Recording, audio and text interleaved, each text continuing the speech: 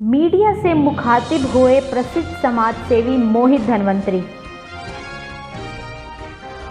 Manish Grover, DC RS Verma पर साधा निशाना। मोहित धनवंतरी ने धनवंतरी अस्पताल प्रकरण पर दी प्रतिक्रिया। रोहतक में धनवंतरी अस्पताल प्रकरण केस को फिर खोलने के डीसी के आदेश को लेकर आज प्रसिद्ध समाजसेवी मोहित धनवंतरी मीडिया से मुखातिब हुए। इस दौरान उनके पिता डॉक्टर एस धनवंतरी और वकील भी मौजूद रहे। 11/6/2020 को अखबार के माध्यम से अखबार की खबर पढ़ने के बाद पता चला कि जो एफआईआर मोहित धनवंतरी और डॉक्टर एस एन धनवंतरी के खिलाफ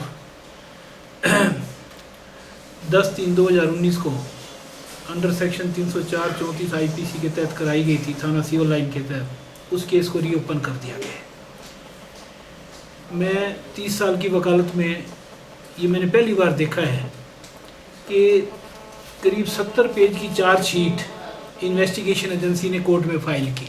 ये उसकी कॉपी है और उस चार्जशीट को ठीक मानते हुए सीजीएम साहब रोहतक ने इस केस को सेशन कोर्ट में कमिट कर दिया और सेशन कोर्ट में केस कमिट होने के बाद इस पर चार्ज के ऊपर आर्गूमेंट्स हुआ और चार्ज पे आर्गूमेंट्स होने के बाद मैडम रितु भाई के बैल एडिशनल सेशन जज रोहतक ने 29 जुलाई 2019 को इस दोनों डॉक्टर साहब और मोहित जी पर कोई सेक्शन ना मानते हुए इनको डिस्चार्ज कर दिया। और अब कानूनन ऐसा कोई वो नहीं है, कोई सेक्शन नहीं, कोई ग्राउंड नहीं कि इस केस को दोबारा रीओपन किया जा सके।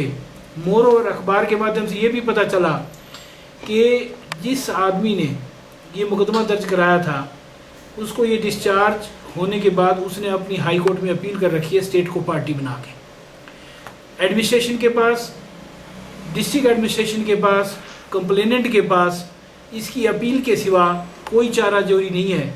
अगर उन्होंने अपील कर रखी है तो माननीय हाई कोर्ट के फैसले का इंतजार करना चाहिए। उससे पहले अगर एडमिनिस्ट्रेशन कुछ करता है तो वो उसकी इंटेंशन जो है वो क्लियर शो नहीं होती। वहीं मोहित धनवंतरी ने पूर्व मंत्री मनीष ग्रोवर पर निशाना साधते हुए कहा कि ये सब पूर्व मंत्री के दबाव में हो रहा है। उन्होंने डीसी आरएस वर्मा से सवाल किया कि आखिर 1 साल के बाद ऐसा क्या सबूत मिल गया कि अब वो इस केस को दोबारा खोलने की दरखास्त कर रहे हैं।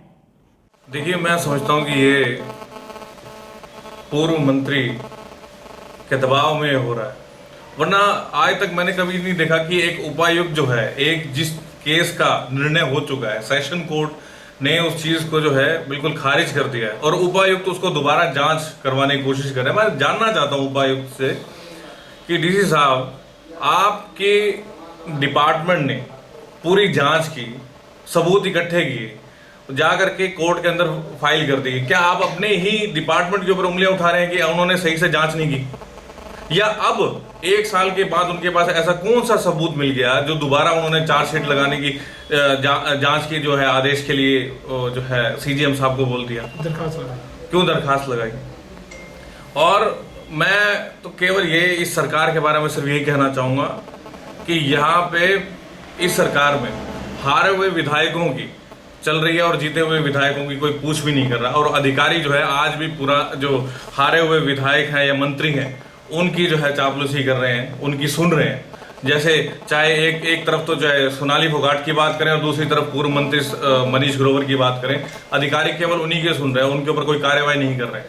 उनके ऊपर भी, पूर्व मंत्री के ऊपर कितने ही जो है एलिगेशन लगे हुए हैं, कितने ही उन्होंने घोटाले किए, लेकिन आज तक उनकी कोई जांच नहीं करता। और हमारे माननीय मुख्यमंत्री जो अपने आप को ये कहते हैं कि हमारे ऊपर जो है भ्रष्टाचार को लेकर जीरो टॉलरेंस है। अगर जीरो टॉलरेंस है तो उन्होंने कोई कमेटी नहीं बनाई, उन्होंने कोई जांच नहीं की और वो जो है उनको बिल्कुल खारिज कर दिया गया। ये सिर्फ जो है एक राजनीतिक जो है अपना बदला लेने का मैं समझता हूँ कि उन्होंने काम किया है और जो है डीसी के ऊपर जो है दबाव डाल रहे हैं।